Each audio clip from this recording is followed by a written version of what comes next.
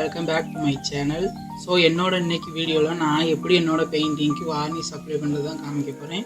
So நான் எப்பவுமே use பண்ணுறது பிரஸ்டோவில் ஐக்ளோஸ் வார்னிஷ் தான். ஸோ இந்த வார்னிஷ்க்கு நம்ம எவ்வளோ குவான்டிட்டி வார்னிஷ் எடுக்கணுமோ அதுக்கு ஹாஃப் மூன் வந்து நம்ம வாட்டர் டைல்யூட் பண்ணணும். ஸோ வார்னிஷ் அப்ளை பண்ணுறதுக்கு முன்னாடி எப்பவுமே நம்ம பெயிண்டிங் கீழே ஏதாவது போர்டு மாதிரி வச்சுக்கணும்.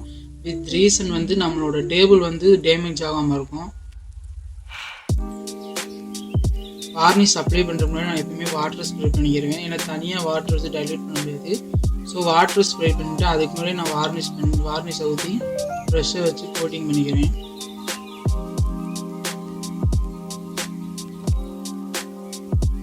நான் இதுக்கு 12 நம்பர் ப்ரெஷ் தான் யூஸ் பண்ணுறேன்.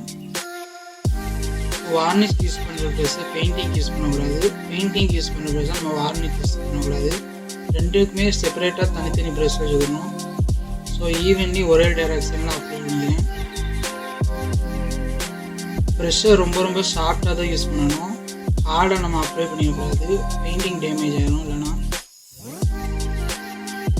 ஈவன்லி ஒரே டைரக்ஷனில் கோட்டிங் பண்ணுங்கள். ஸோ வித் பேட்சாக இருந்தால் கொஞ்சமாக வார்னிஷ்க்கு நீங்கள் கோட் பண்ணிக்கோங்க.